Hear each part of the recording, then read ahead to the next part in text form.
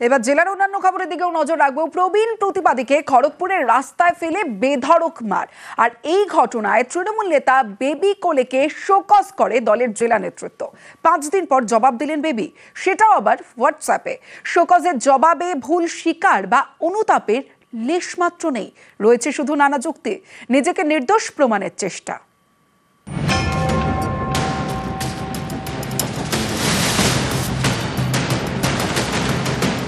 বয়স্ক মানুষকে রাস্তায় ফেলে মার,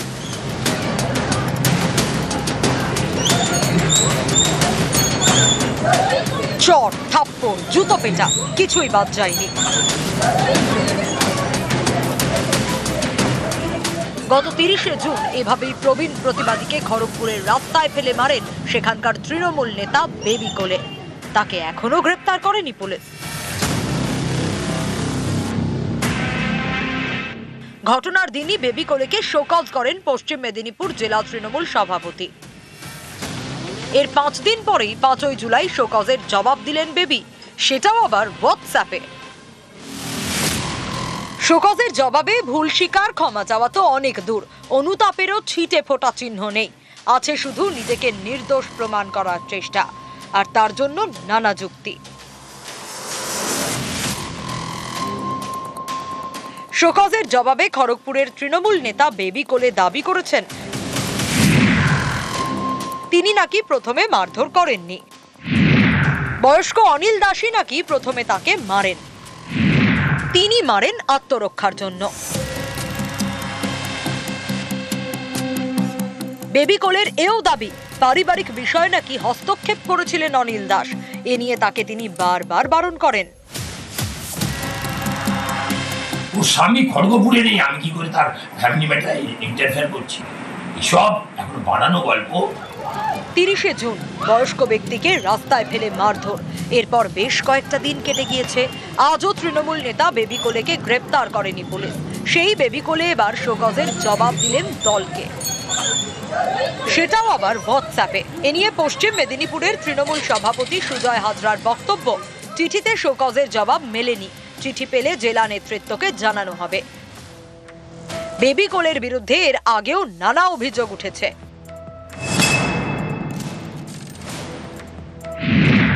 2019 সালে বিজেপিতে যোগ দেন বেবি কোলে। 2022 সালে পুরসভা ভোটে খড়গপুর থেকে তাকে টিকিট দেয়নি বিজেপি। অভিযোগ, টিকিট না পাওয়ায় বিজেপির অফিসে ভাঙচুর চালান বেবি এবং তার দলবল। এই দেখুন, খড়গপুরে বিজেপির ব্যানার, হোর্ডিং ছিঁড়ে ফেলছেন বেবি। পুরো ভোটে বিজেপির টিকিট না পেয়ে হুমকিও দেন বেবি।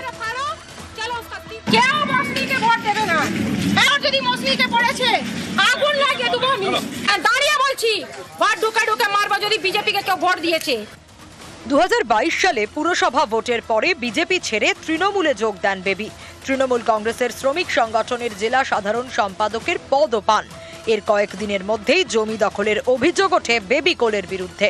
তৃণমূলের দাবি, শ্রমিক সংগঠনের পদ থেকে বেবি কোলেকে আগেই সরিয়ে দেওয়া হয়েছে।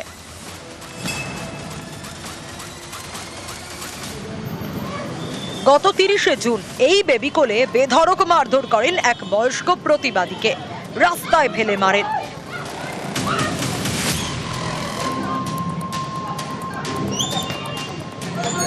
এই ঘটনায় জেলা তৃণমূল শোকজ করেছে, যার জবাব দিলেন বেবি। সেই জবাবে স্পষ্ট, তিনি বিন্দুমাত্র অনুতপ্ত নন। খড়গপুর থেকে শঙ্কর রায়, নিউজ 18 বাংলা।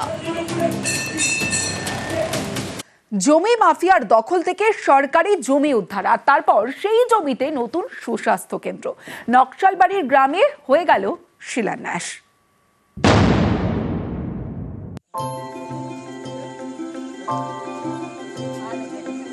শিলিগুড়ির নকশালবাড়ির মনিরাম গ্রাম পঞ্চায়েত, এখানকার বেঙ্গাইজোতে তৈরি হবে সুস্বাস্থ্য কেন্দ্র, সম্প্রতি যা শিলান্যাস হয়ে গেল।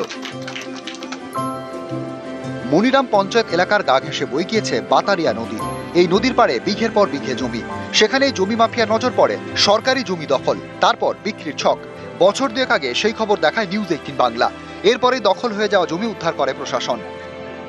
সেখানে সুস্বাস্থ্য কেন্দ্র তৈরির উদ্যোগ নেয় মনিরাম গ্রাম পঞ্চায়েত।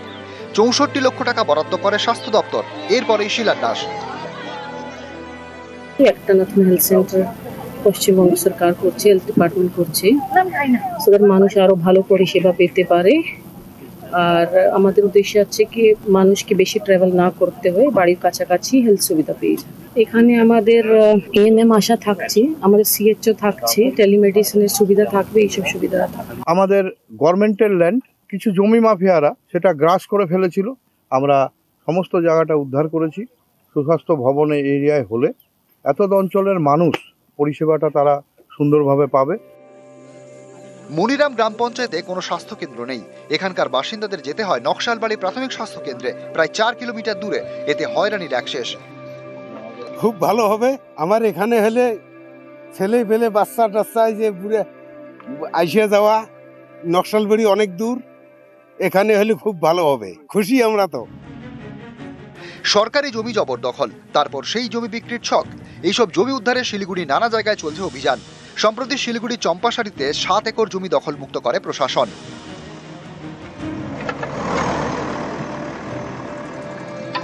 শিলিগুড়ির মনিরাম গ্রাম পঞ্চায়েতের সুরজবর থেকে প্রায় 20 একর জমি দখলমুক্ত করা হয়।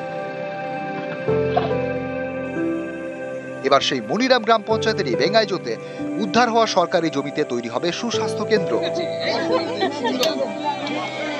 নকশালবাড়ি থেকে বিশ্বজিৎ মিশ্র, নিউজ 18 বাংলা। বাংলা বললেই বাংলাদেশি। পশ্চিমবঙ্গের বাইরে গিয়ে কি বাংলায় কথাই বলা যাবে না? বাংলায় কথা বললেই কি বাংলাদেশি বলে দাগিয়ে দেওয়া হবে? অভিযোগ এমনটাই করা হয় মুর্শিদাবাদের 3 পরিযায়ী শ্রমিকের সঙ্গে। বাংলাদেশি সন্দেহে তাদের আটকে রাখা হয় ওড়িশায়। 2 সপ্তাহ পরে শেষমেশ শনিবার তারা বাড়ি ফেরেন।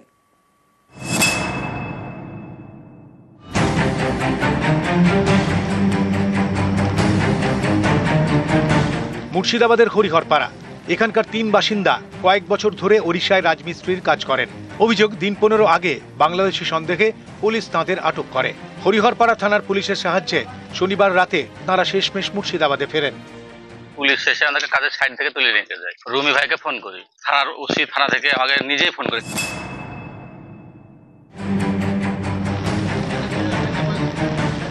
পুলিশ জানিয়েছে মুর্শিদাবাদের অনেক শ্রমিককে বাংলাদেশি সন্দেহে ওড়িশায় আটকে রাখা হয়। সেই তালিকায় ছিলেন হরিহরপাড়ার সাইনুর ইসলাম, রাকিবুল ইসলাম এবং হাসিবুল শেখ। সাইনুর, রাকিবুল, হাসিবুল এই 3 জনই শনিবার মুর্শিদাবাদে নিজেদের বাড়িতে ফেরেন। ইনাদের আধার কার্ড নিয়ে আইসি সাহেবের সঙ্গে কথা বলে, এসপি সাহেবের সঙ্গে কথা বলেন, তাদেরকে উদ্ধারের জন্য কাগজপত্র নিয়ে উদ্ধারের যাবতীয় যা ব্যবস্থা আমরা করেছি।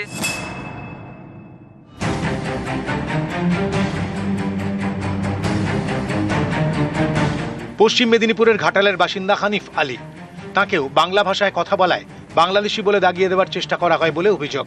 পুলিশের সাহায্যে শুক্রবার ওড়িশা থেকে ঘাটালে ফেরেন হানিফ আলী।